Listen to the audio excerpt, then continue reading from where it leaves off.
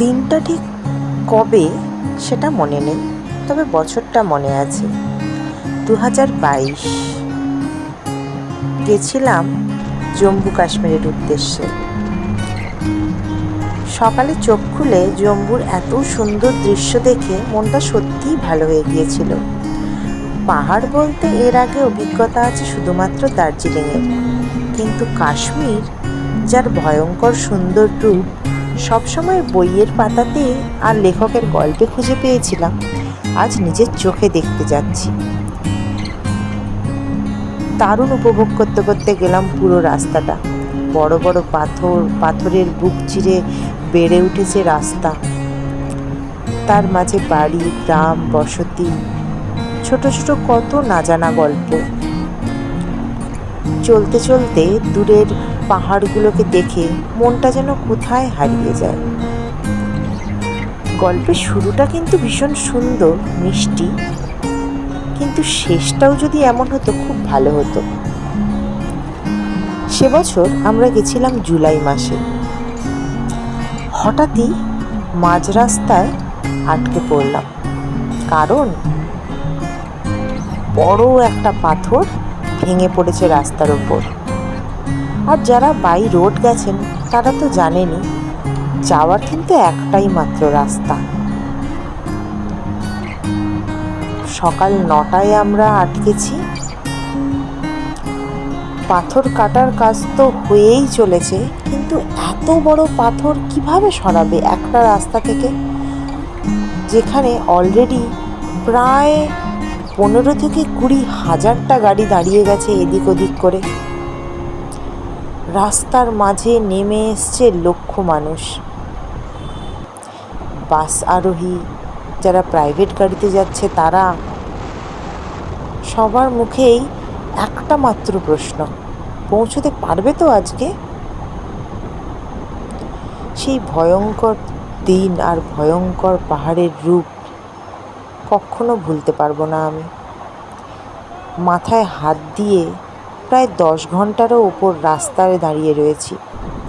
প্রশাসন থেকে আমাদের জল আর খাওয়ার ব্যবস্থা করেছিল। কাশ্মীর বলে সবার সৌভাগ্য হয় না দেখার জন্য। আমার যেন কাশ্মীর সৌভাগ্য হয়েও হইল না। একটা অজানা বেদনা আমার মনে বাসা বেঁধে গেল। রাস্তায় ওইভাবে দাঁড়িয়ে এত লোকজন, বাচ্চা বুড়ো নির্বিশেষে, কিভাবে পৌঁছাবে তাদের গন্তব্যে? শেষে ভগবানের কৃপায় একটা ছোট্ট পাহাড়ি গ্রামের রাস্তা ধরে নেমে চলল আর উঠে চলল হাজার হাজার গাড়ি। প্রত্যেকটা পদেই যেন মৃত্যু ভয়টা অনেক কাছ থেকে দেখলাম। এক পাশে খাদ আর উঠে চড়েছি তার উপরে আমরা। কি ভয়ানক সেই দৃশ্য! সন্ধে 6টার সময় অনুমতি মিলল ওই ছোট্ট গ্রাম থেকে ওপরে ওঠা যাবে বলে।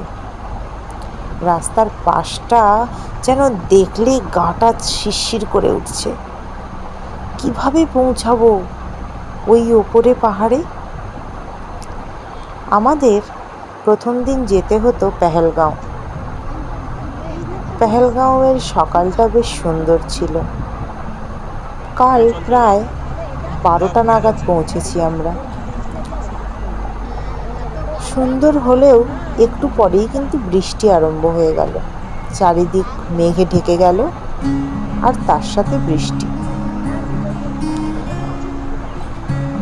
জুন জুলাই মাসে যদিও ফুল দেখা বা বরফ দেখার আশা কোনোটাই আমাদের ছিল না, কিন্তু এটুকু আশা নিয়ে গেছিলাম হয়তো একটু রোদের মুখ দেখতে পারবো, আর তার রেস থাকবে পাহাড়ের আনাচে কানাচে।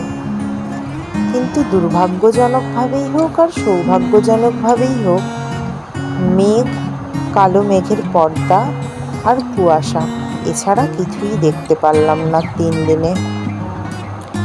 একদম শেষ দিন ডাল লেকের ধারে এসে বসেছি, তখন দেখলাম সূর্যি মামা একটু দয়া করেছেন। এই দিনও আমরা নামতে পারিনি, আজকে কিন্তু আমাদের শ্রীনগর ছেড়ে যাওয়ার কথা ছিল। গত রাতে এত বৃষ্টি হয়েছে, এত বড় বড় পাথর রাস্তার উপর জমায়েত হয়েছে, পাহাড় ধসে পড়েছে যে আমরা আটকে পড়লাম একদিন। সত্যি এ এক আশ্চর্য ভয়ঙ্কর সুন্দর দৃশ্য। ওপরে যে বন্যা হয়েছে তার নোংরাটা খালের সামনের ধার থেকে বয়ে চলেছে। এই পাহাড়ি জীবন হয়তো আমরা কখনো কল্পনাও করতে পারি না। আজকে হাসি, হঠাৎ কালকে একটা বৃষ্টি হবে, পাহাড় ধসবে আর সব মুছে নিয়ে চলে যাবে। এই জলধারার মতোই পাহাড়ি জীবন আমার মনে হয় খুব বহমান। তারা এক জায়গায় থাকতে জানে না, গণ্ডিতে বাঁধতেও জানে না। সত্যি তাদের জীবন অতি ভয়ঙ্কর সুন্দর, যা আমরা কল্পনাও করতে পারবো না।